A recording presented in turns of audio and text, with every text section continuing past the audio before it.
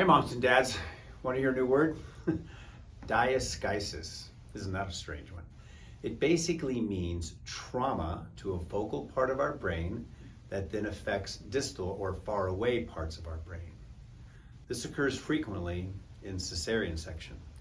This is basically a neurological effect of birth trauma.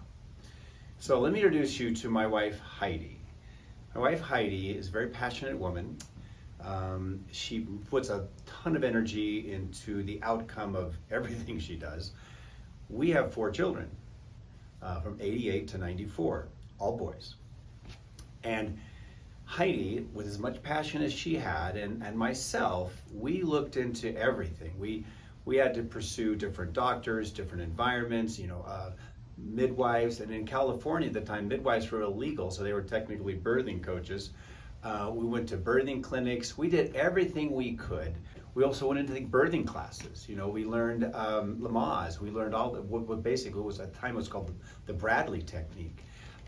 Very, very, very prepared for babies. We really wanted to do this well. She's a chiropractor also, so myself. We both graduated in 1988, Los Angeles College of Chiropractic in Southern California. The reason I'm telling you this is even with that much passion and that much preparation, we had 3 cesareans out of 4 births. Heidi throws a very, very long umbilical cord.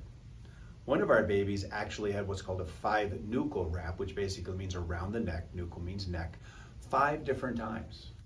And this baby was not only a 5 nuchal wrap, but it was what's called face presentation, kind of looking at you at delivery with full extension of the neck. So there's literally no way for that baby to get through the womb. So in this situation, medicine not only saved the life of my wife, but also the life of my son. So this is when these interventions are beautiful.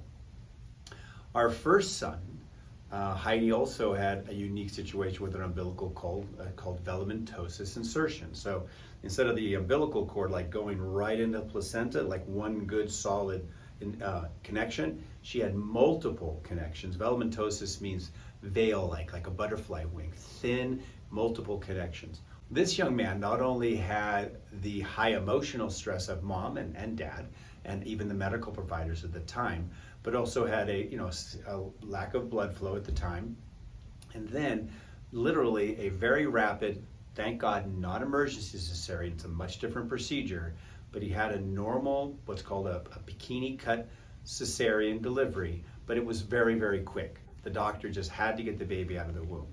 That's the child that had this diaschisis. So what happened there is that there was a lot of stress on Nicholas's upper neck. And that then eventually manifested in not only him being a poor sleeper, a poor pooper, really fussy, difficult to get on the breast, all those challenges of a difficult, challenged baby, but it also led into asthma. And it also led into basically, he was a bedwetter. I mean, all the way longer than I'm going to tell you, because he might watch this video. So of our 3 children that had cesareans, that was the common outcome. Fussy babies, and they all had a really difficult time controlling their bladder. The one child that was born vaginally was what's called a double VBAC. So cesarean, vaginal birth. I mean, almost impossible to get nowadays. We had to go to a small, out-of-the-way hospital in Northern California to even make this happen. That doctor moved on because he just wasn't getting the clientele that he was looking for. He ended up in the Bay Area, San Francisco, because obviously it's a very progressive area, and he did very well. I kept in contact with him over the years. An amazing doctor, really, really amazing guy. And that child, had no bedwetting issues. All kinds of things were different. Much more calm baby, etc.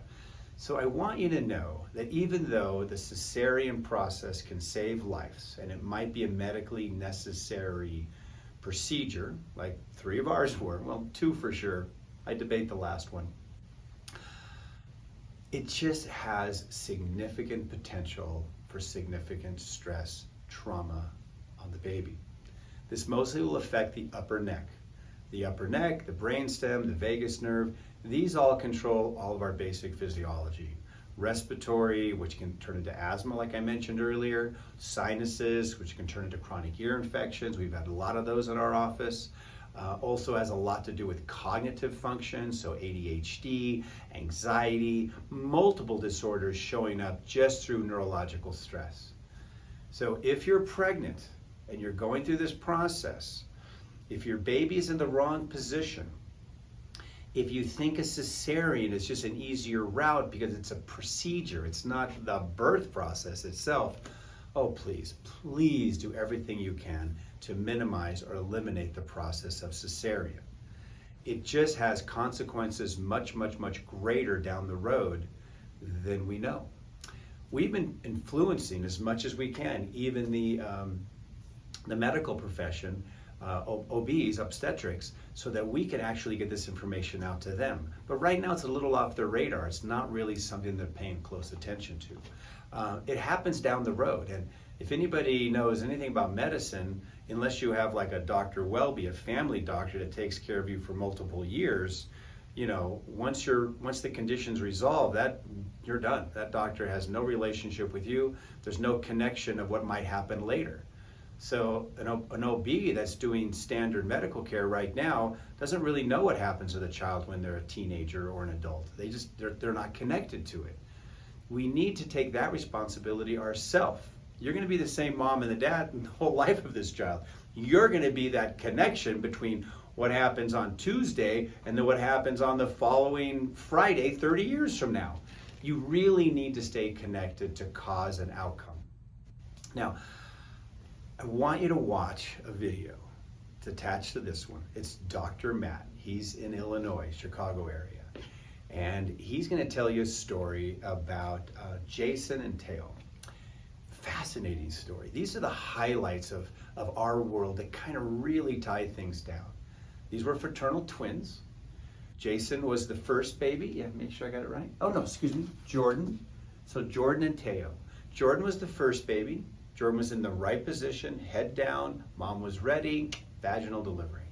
Teo decided at the last second to flip in the womb. They tried everything they could in the delivery room to get Teo back into a right position, but it didn't work, so Teo had to be delivered through cesarean.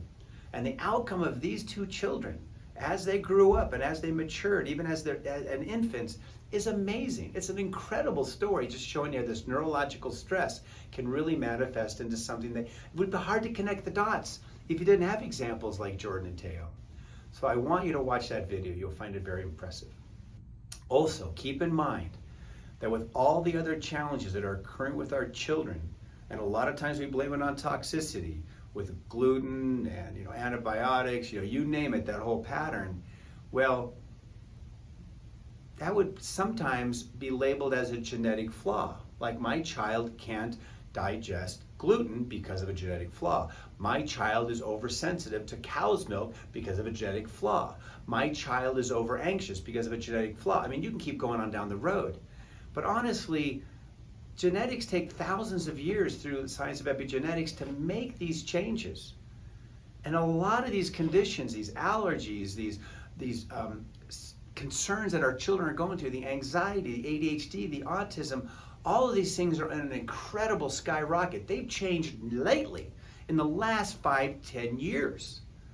It's not genetics if it's at that small of a window. It's likely caused through the birth process. 85 to 90% of all the children that we take care of have birth traumas.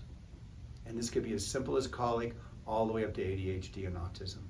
It's connected all the time. Now, one of the reasons is we're looking for it. So I want you to understand that if we are preventative, if we are proactive about our birth, and we're now pregnant, first trimester, second trimester, let's plan this. Let's do well. Let's get that pelvis in the right position. Let's get the structure and the function of the nervous system of mom in the right position. Let's get baby in the right position. We practice what's called the Webster technique to help with all of this. It's all very, very simple. It's not complicated. It's also non-invasive. Nothing hurts. It just has to be done before the problem, not after the problem. If we are preventative, if we're proactive on these setups for health and vitality, we can do it. We can accomplish it. I believe in you. I believe in your children. I believe in the potential of the human race. We just need to stay connected to how we were made, that we're made wonderfully well. And if we just do everything we can, as much as we can in a very natural process, if we just stay ahead of the challenge, then we're going to have as close as possible to our potential for our children and to ourselves. Also, if this information is helpful, if it kind of like rings a bell and you kind of go, oh my gosh, I had a difficult birth, my kids have anxiety, my kids have allergies, share this video with your friends that are pregnant, that have not had birth yet. Share this with people that you know, that you love. We're a grassroots position. We are not on TV. We do not have that kind of influence. The influence that we have is from you. That's why we're doing these educational videos, so we can help you help your friends. Also go to pxdocs.com. On this you can find many, many articles. You can see this story about Jordan and Teo. You can see other stories about how cesarean actually negatively affects our nervous system, including the vagus nerve. A lot of people have been talking about that. And you can also find doctors in different parts of the country. So if a friend of yours is in Ohio, get on to PX Docs. Let them know there's a provider out there for them. If you're in the Arvada, Colorado area, we're here at Five Parks Chiropractic. Give us a call, link up with us, let us know what your needs are. Come in for a consultation. We don't even charge for a conversation. You can even do it over the phone if you would like. But just find opportunities for you, your family, and your baby.